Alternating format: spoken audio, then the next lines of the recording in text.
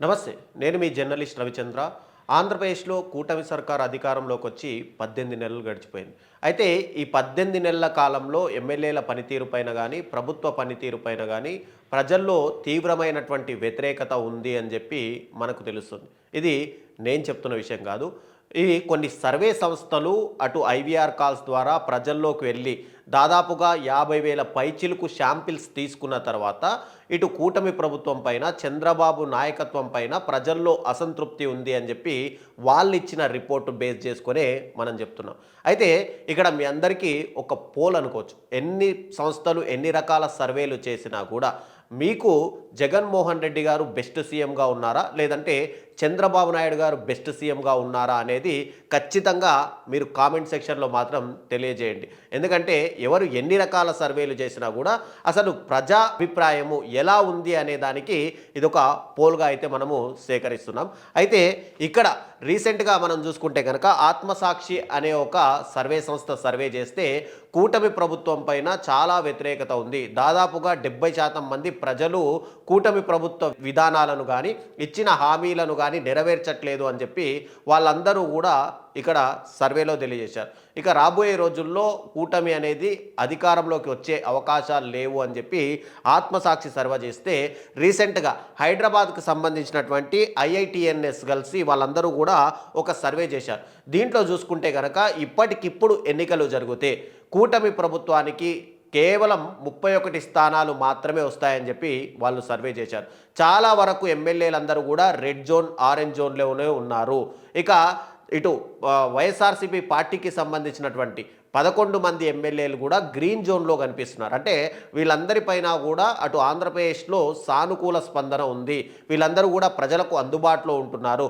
వాళ్ళ యొక్క నియోజకవర్గాల్లో విస్తృతంగా పర్యటనలు చేస్తూ ప్రజలకు కావలసినటువంటి సంక్షేమ పథకాలు అందుతున్నాయా లేదా, గతంలో అందినటువంటి సంక్షేమ పథకాలని గతంలో జగన్మోహన్ రెడ్డి గారి హయాంలో చెప్పుకోలేకపోయాము అనే ఏదైతే ప్రజల్లో అసంతృప్తి ఉందో, నాయకుల్లో అసంతృప్తి ఉందో, దాని నుంచి ఇప్పుడు ఎమ్మెల్యేలు కూడా బయటికి వస్తూ తాము చేసినటువంటి నియోజకవర్గ అభివృద్ధి పనులు ఉన్నాయో, సంక్షేమ పథకాలు ఉన్నాయో అవన్నీ కూడా ప్రజలకు తెలియజేస్తున్నారు. కాబట్టి వైఎస్ఆర్సీపీకి సంబంధించినటువంటి 11 మంది ఎమ్మెల్యేల పైన రాష్ట్ర వ్యాప్తంగా సంతృప్తికరమైనటువంటి వాతావరణం ఉంది.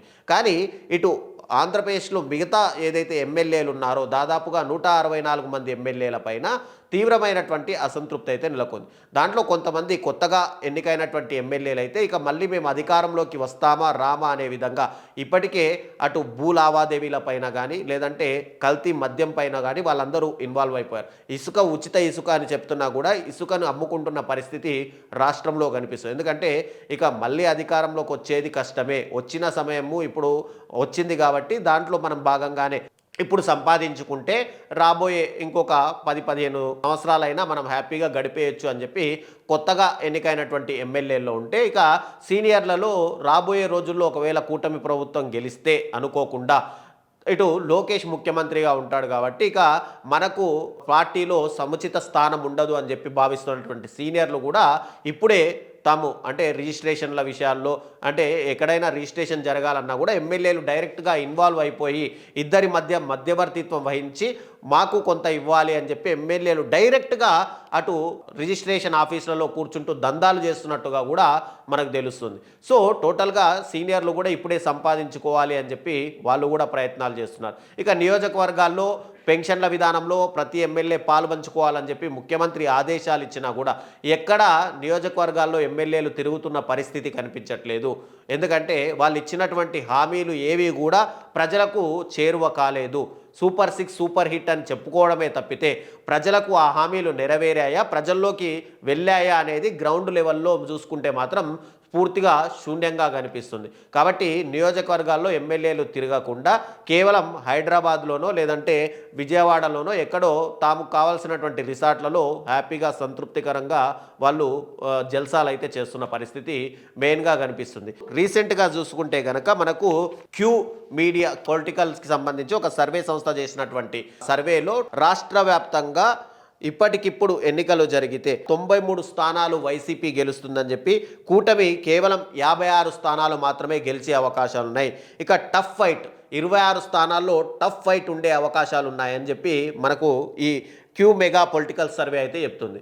అంటే రాయలసీమలో ఇప్పుడు కూటమి సంబంధించినటువంటి పార్టీలు అటు జగన్మోహన్ రెడ్డి అడ్డాలో కూడా మేము కాలు పెట్టాము, ఇక రాబోయే రోజుల్లో తెలుగుదేశం జెండాలు ఎగురుతాయని చెప్పి పదే పదే చెప్తున్నారు. కానీ రాయలసీమలో కూడా టోటల్గా చూసుకుంటే కనుక ఈ క్యూ మెగా పొలిటికల్ స్ట్రాటజిస్ట్ చేసినటువంటి సర్వేలో రాయలసీమలో ఈసారి జగన్మోహన్ రెడ్డి గారికి సంబంధించినటువంటి వైఎస్ఆర్సీపీ పూర్తిగా పాగా వేసి అంటే క్లీన్ స్వీప్లు చేసే అవకాశం ఉంది అని చెప్పి ఇక్కడ సర్వే చెప్తుంది. ఇక కూటమికి అనుకూలంగా ఉండే ఈస్ట్ అండ్ వెస్ట్ గోదావరి జిల్లాల్లో కూడా వైఎస్ఆర్సీపీకి సంబంధించి టగ్ ఫర్ ఫైట్ ఇచ్చే అవకాశాలు ఉన్నాయి. అంటే కూటమి ప్రభుత్వం పైన ఎంత వ్యతిరేకత ఉంది అనేది ఇక్కడ టోటల్గా Q Mega political strategist survey అయితే మనకు తెలియజేస్తుంది. ఇక రాష్ట్ర ప్రభుత్వం పైన పూర్తిగా వ్యతిరేకత రావడానికి చాలా అంశాలను మనం తీసుకోవచ్చు.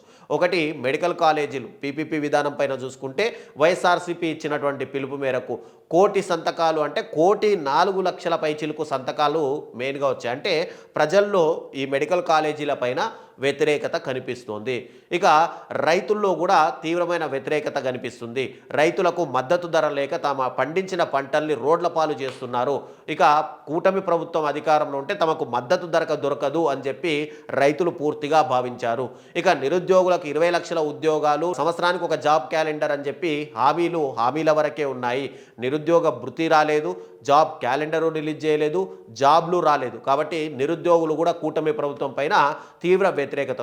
ఇక మహిళలకు సంబంధించి మహిళలకు కూడా ప్రతి మహిళకు 1,500 18 సంవత్సరాలు నిండిన వాళ్ళకి ఇస్తాము అని చెప్పి హామీలు ఇచ్చారు. కానీ ఇప్పటి వరకు 18 నెలల కాలంలో ఏ మహిళ కూడా 1,500 అందుకోకపోగా తిరిగి దాన్ని P4 విధానంలో మేము యాడ్ చేశాము, ఇక్కడ గవర్నమెంట్ ఎంప్లాయీస్ P4 విధానంలో మిమ్మల్ని ఆదుకుంటారు అని చెప్పారు. కాబట్టి ఇక్కడ మహిళలు కూడా అసంతృప్తి నెలకొంది. ఇక ప్రభుత్వ ఉద్యోగుల పైన ఈ P4 విధానంని వాళ్ళ మీద అంటగట్టడం, అక్కడ వాళ్ళు సంపాదించుకున్న సొమ్మును వేరే వాళ్లకు కుటుంబాన్ని దత్తత తీసుకొని ఇవ్వడం అనడంతో ఇక పిఆర్సీ, డిఏలు ఇవన్నీ బకాయిలన్నీ చూసుకుంటే కనుక ఇటు ప్రభుత్వ వర్గాలు కూడా తీవ్ర అసంతృప్తితో మనకు కనిపిస్తున్నాయి. ఇక గ్రామ సచివాలయ వాలంటీర్లకు 10,000 గౌరవ వేతనం ఇస్తామన్నారు. వాళ్ళందరికీ ఉద్యోగాలు లేకుండా పూర్తిగా రోడ్ల పాలు చేశారు. వాళ్ళలో కూడా తీవ్ర వ్యతిరేకత వచ్చింది. ఇక హాస్పిటల్స్కి సంబంధించి ఆరోగ్యశ్రీ బకాయిలు అలాగే పెట్టారు. ఇక విద్యార్థులకు సంబంధించి ఫీజు రియంబర్స్మెంటు అలాగే ఉండిపోయింది. సో టోటల్గా రాష్ట్ర వ్యాప్తంగా ఎవరైనా సంతృప్తిగా ఉన్నారు అంటే అది కూటమి పార్టీలకు సంబంధించినటువంటి ఎమ్మెల్యేలు, కేవలం నాయకులు మాత్రమే. వాళ్ళ ఓటు బ్యాంకు తోటి రాబోయే ఎన్నికల్లో గట్టెక్కుతారా అంటే అది ఖచ్చితంగా చాలా కష్టమైన విషయము. ఇప్పటికే వైఎస్ఆర్సీపీకి చెక్కు చెదరని 40% ఓటు బ్యాంకు ఉంది. అది ఇప్పుడు ప్రజల్లో వచ్చినటువంటి వ్యతిరేకతతో ఆ ఓటు బ్యాంకు మరింత పెరిగే అవకాశాలు ఉన్నాయి. కాబట్టి రాబోయే ఎన్నికల్లో ఒకవేళ ముందస్తు ఎన్నికలు వచ్చినా లేదంటే ఎన్నికలు 2029లో వచ్చినా ఖచ్చితంగా జగన్మోహన్ రెడ్డి గారు మళ్ళీ ముఖ్యమంత్రి అవుతారు అని చెప్పి అన్ని సర్వేలు చెప్తున్నాయి. అయితే నిజంగానే జగన్మోహన్ రెడ్డి గారు ముఖ్యమంత్రి అవుతారా, చంద్రబాబే బెస్ట్ సీఎంగా ఉన్నారా అనేది మీ అభిప్రాయాల్ని మాత్రం కామెంట్లో గుద్ది మరీ చెప్పండి.